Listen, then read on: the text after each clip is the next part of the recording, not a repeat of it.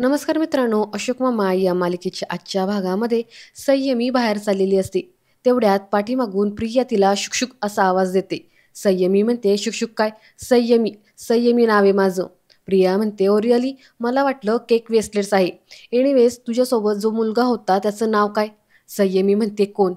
प्रिया म्हणते, कोण म्हणजे किती फ्रेंड आहेत असे तुझे? नाही, तुझ्या तोंडाकडे पाहून वाटत नाही असं की तुला खूप सारे फ्रेंड असतील.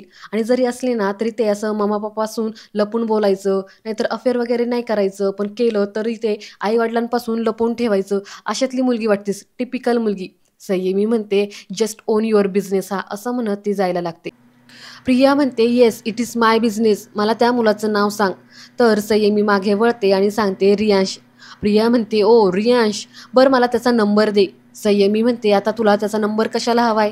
प्रिया म्हणते, ओ समवन गेटिंग जेलस. तुला काय करायचं ग त्याचं? तू काही त्याची मॅनेजर आहेस का तू त्याचं social media account page handle करतेस? संयमी म्हणते, गो टू हेल, असं म्हणत संयमी तिथून जायला लागते. प्रिया तिला पाठीमागून म्हणते की तुझ्या रियांशला विचार, त्याला मॉडेलिंगमध्ये इंटरेस्ट आहे का? असं म्हटल्यावरती संयमी थांबते.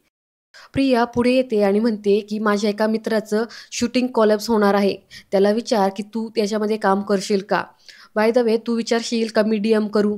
त्यानंतर सीन चेंज होतो. इकडे ईशान हा अनिशला फोन लावतो आणि सांगतो की आजोबांना खूप ताप आलाय, त्यांना बरं वाटत नाहीये. हे ऐकल्यावरती अनिश सुद्धा घाबरतो. तो म्हणतो, काय बाबांना ताप आलाय आणि फुलराणी कुठे? ईशान म्हणतो की फुलराणी केव्हाची सुट्टीवरती गेली, ती अजून आलेलीच नाहीये. अनिश म्हणतो, ठीक आहे, काळजी करू नकोस, मी लगेच तिकडे निघून येतोय. असं म्हणत तो फोन ठेवतो. तर इकडे संयमी ही प्रियाला घेऊन ईश्वरदादाच्या घरी येते. रियांश दरवाजा उघडतो आणि म्हणतो, हाय सॅम, आता अचानकच काय आलीस? तर प्रिया पुढे येते आणि म्हणते, काही नाही रे, मी तुझ्याशी काय बोलते ना ते ऐकण्यासाठी इथे आली आहे. संयमी म्हणते, ओ प्लीज, मी तुला याचं घर दाखवायला इथं आले होते. प्रिया म्हणते, हो ना, मग दाखवलं ना, मग आता तू जा. तर संयमी तिथून जायला लागते. इकडे प्रिया पुढे रियांशला म्हणते की मग कुणी आहे का घरात? असं म्हटल्यावरती संयमी परत एकदा थांबते. पुढे रियांश म्हणतो की नाही, कुणी नाहीये, मी एकटाच आहे. म्हणते, हाय मी प्रिया, असं म्हणत ती हात पुढे करते. तर रियांश सुद्धा तिला हँडशेक करतो. पुढे प्रिया रियांच्या केसांना हात लावत म्हणते की ओ नाईस कर्लियन्स, looking so cute, can I come in? तर रियांश म्हणतो, हो चल ना. प्रिया पाठीमागे बघते तर संयमी तिथेच उभी असते. प्रिया तिला म्हणते की एक्सक्यूज मी मॅनेजर, तुम्ही आता जाताय का येताय आमच्या सोबत आत? बर चल ये आतमध्ये. पुढे ती रियांचा हात पकडते आणि आतमध्ये जाते. त्यांच्या पाठीमागे संयमी सुद्धा जाते. आत गेल्यावरती प्रिया त्याचा हात पकडूनच असते. ती म्हणते, ओ नाईस हाऊस, असं म्हणत ती सोफ्यावर येऊन बसते. पुढे ती रियांशला सुद्धा जवळ येऊन बसायला सांगते. रियांश मात्र तिच्या जवळ न बसता तिच्या समोर बसतो. प्रिया म्हणते, C I M image consulting, तुला मॉडेलिंग करायला आवडेल का? रियांश म्हणतो, काय मॉडेलिंग मी? प्रिया म्हणते, हो. प्रिया म्हणते की सी, एक ऍड साठी शूटिंग असणार आहे. पहिल्यांदा फोटोशूट करावं लागेल आणि त्यानंतर ऍक्च्युअल शूटिंग असेल. व्हॉट से? तर रियांश हा संयमीकडे पाहतो. संयमी त्याला खुणवून सांगत असते की हा म्हणू नकोस. रियांश म्हणतो की सॅलरी काय असेल साधारण? प्रिया म्हणते की इनिशियल सॅलरी 15K असेल. 15K म्हटल्यावरती हे दोघं जण मोठ्यानेच ओरडतात, काय 15K? संयमी म्हणते, काय एका दिवसाचे 15,000 रुपये? प्रिया म्हणते की तुझी फ्रेंड ही 15,000 साठी एवढी का सुपर एक्सायटेड होते? रियांश म्हणतो की इनिशियल लेवलला एवढी सॅलरी असणार आहे? प्रिया म्हणते की हो. सी ब्रो, तू जर यामध्ये काम केलंस ना आणि हे जर वर्कआउट झालं ना, तर ना तुला असे खूप सारे ऍड भेटतील आणि तुला इन्कम सुद्धा चांगली मिळेल पुढे. रियांश यावरती खुश होतो. प्रिया पुढे त्याला सगळं काही सांगत असते. संयमी विचारते की कसली ऍड आहे, कोणत्या ब्रँडची आहे? तर प्रिया तिला म्हणते की तुला काय करायचंय, तुला काय माहिती का यामधलं? संयमी म्हणते की तसं माहित नाही. प्रिया म्हणते, नाही माहित ना, मग जरा शांत बस. असं म्हणत प्रिया पुढे रियासला सगळं काही सांगते. पुढे ती त्याचे फोटो देखील काढते. त्यावेळेस संयमीचं तोंड मात्र वाकडं होत असतं. ती त्याला पोज सांगत असते की असं कर तसं कर. तर संयमी तिथून पाहते आणि डोळे तिकडे वाकडे तिकडे करते. पुढे ते फोटो काढून झाल्यानंतर बसतात. तर प्रिया ही रियाच्या खांद्यावर हात ठेवतच त्याला फोटो दाखवत असते आणि पुढे त्याला बरंच काही सांगते. त्यानंतर पुढे ती संयमीकडे पाहते आणि संयमीला म्हणते की मॅनेजर, तुम्हाला जायचं होतं ना? तर संयमी म्हणते की हो, जातेच आहे मी, असं म्हणत ती निघायला लागते. तर रियांश आवाज देतो की सॅम. संयमी खुश होते. तिला वाटतं की रियांश मला थांबवतोय. तर रियांश तिला म्हणतो बाय. असं म्हटल्यावरती संयमी परत एकदा तोंड वाकडं करते आणि तिथून निघून जाते. तर इकडे भैरवी ही घरी येते. ईशान दरवाजा उघडतो आणि म्हणतो, अगं माऊ तू, मला वाटलं अनिश काका आलाय. भैरवी म्हणते की हो, मलाच अनिश काकांनी सांगितलं की तुझ्या आजोबांची तब्येत ठीक नाहीये. बाय द वे, कुठे तुझे आजोबा? ईशान म्हणतो की आजोबा आतमध्ये जाऊन झोपलेत. किती वेळ असं बाहेर सोफ्यावरती झोपणार ना? भैरवी म्हणते, काय आता तुझे आजोबा असे बाहेर झोपतात सोफ्यावरती? ईशान म्हणतो, हो काय करणार, एकच बेडरूम आहे ना. भैरवी म्हणते की हो ते पण आहे. पुढे ती येते आणि ती म्हणते की मग इरू कुठे आहे? ईशान म्हणतो की ती शैफाली मावशी सोबत त्या शाळेत गेलीये. भैरवी म्हणते की काय झालं रे तुमच्या शाळेचं? तुम्ही त्या अशा साध्या शाळेत जाणार आहे का? ईशान म्हणतो हो. भैरवी म्हणते डिस्कस्टिंग. बरं जाऊ दे चल, तू काही खाल्लंयस का? ईशान म्हणतो नाही ग माऊ, मला फार भूक लागलीये. भैरवी म्हणते थांब, मी तुझ्यासाठी काहीतरी ऑर्डर करते. ईशान लगेच म्हणतो की बर्गर. भैरवी म्हणते की ओके डन. पुढे ईशान म्हणतो पण आजोबा ओरडले तर? भैरवी म्हणते की कम ऑन यार, आता याच्यासाठी सुद्धा तुम्ही कॉम्प्रोमाइज करू नका. खाणं पिणं तर बेसिक आहे. तेवढ्या तिथे अनिश येतो. अनिशला पाहताच भैरवी टर्न मारते आणि म्हणते की ना नको, मी ना त्यापेक्षा तुम्हाला काहीतरीच घरातलं हेल्दी करते. ईशान म्हणतो नको ग माऊ घरातलं काही, आणि तसंही काय हेल्दी खाऊन उपयोग आहे, आता बघ ना एवढं हेल्दी खाऊन सुद्धा आजोबा आजारी पडलेच ना. भैरवी म्हणते अरे हो, पण म्हणून काय खायचं नसतं का हेल्दी? नाही नाही, मग अजून त्यांना पण त्रास होईल, त्यांना सुद्धा बाहेरचं नको खायला, त्यापेक्षा मी घरातच सर्वांना खायला करते. पुढे अनिश येतो तर भैरवी असं म्हणते अरे वा अनिश तू कधी आलास? अनिश म्हणतो हे काय आत्ताच. भैरवी म्हणते बर चल मी काहीतरी खायला करते, तू खाणार आहेस का काही? तर अनिश म्हणतो हो चालेल, थोडं खाईल, त्याआधी मी जरा बाबांना भेटतो. भैरवी म्हणते हो चालेल चल, मी पण ना घरातली लवकर कामं उरकून घेते आणि काहीतरी खायला करते. असं म्हणत ती तिथून जाते. तर अनिशला भैरवीला असं पाहून फार छान वाटतं.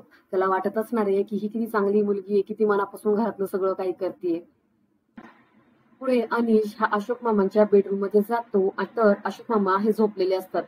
अनिश अशोक मामांच्या हातावर हात ठेवतो. अशोक मामांना जाग येते आणि ते म्हणतात की अरे अनिश तू, असं म्हणत ते उठायला लागतात.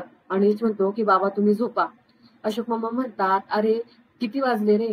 अनिश म्हणतो की 12:30. अशोक मामा म्हणतात अरे तू पुरणीला सांग की मुलांना काहीतरी खाऊ पिऊ घाल म्हणून. अनिश म्हणतो की बाबा तुम्ही आराम करा, मी आहे ना, मी बघतो. पुढं अशोक मामा म्हणतात आणि अरे त्या धाकटीला ती शैफाली घेऊन जाणार होती शाळेमध्ये चौकशीसाठी. अनिश म्हणतो की बाबा मी आहे ना, मी पाहतो, तुम्ही आराम करा. आणि संयमी गेली औषधं घ्यायला. पुढे अनिश अशोक मामांजवळ बसतो आणि त्यांच्याकडे प्रेमाने पाहतो. तर इकडे ईशान किचन मध्ये येतो आणि भैरवीकडून मिठाचं पाणी आणि पट्ट्या घेऊन जातो. भैरवी म्हणते बरं आता मला काय करायचं होतं, हा पोह्याची रेसिपी करायची होती. असं म्हणत ती मोबाईल वरती पोह्याची रेसिपी पाहायला लागते. तेवढ्यात बाहेर अशोक मामांचा फोन वाजतो. भैरवी बाहेर येते आणि म्हणते काय माझगावकरांचा फोन आहे? असं म्हणत ती फोन बघते तर त्यावरती फोन आलेला असतो वकील साहेब. तिला काहीतरी वेगळं वाटतं म्हणून ती फोन रिसीव्ह करते. तर तिकडून ऑफिस मधून त्यांचे साहेब बोलत असतात. विचारतात की कोण बोलतय? भैरवी म्हणते तुम्ही कोण बोलताय? इकडून साहेब म्हणतात मी ऍडव्होकेट धायगुडे बोलतोय. अशोक माजगावकर कुठे आहेत? भैरवी म्हणते की ते झोपलेत. साहेब म्हणतात काय, अजून झोपलेत ते? भैरवी म्हणते की हो, त्यांची जरा तब्येत ठीक नाहीये ना, त्यामुळे. अशोक तर इकडून वकील म्हणतात काय सांगता, अहो 4च दिवस झाले त्यांना कामाला येऊन आणि लगेच ते आजारी पडलेत. अहो इकडे एवढं काम पडलेलं आहे, त्याचं काय? मी त्यांना आधीच म्हणालो होतो की खूप काम करावे लागेल माझ्याकडे.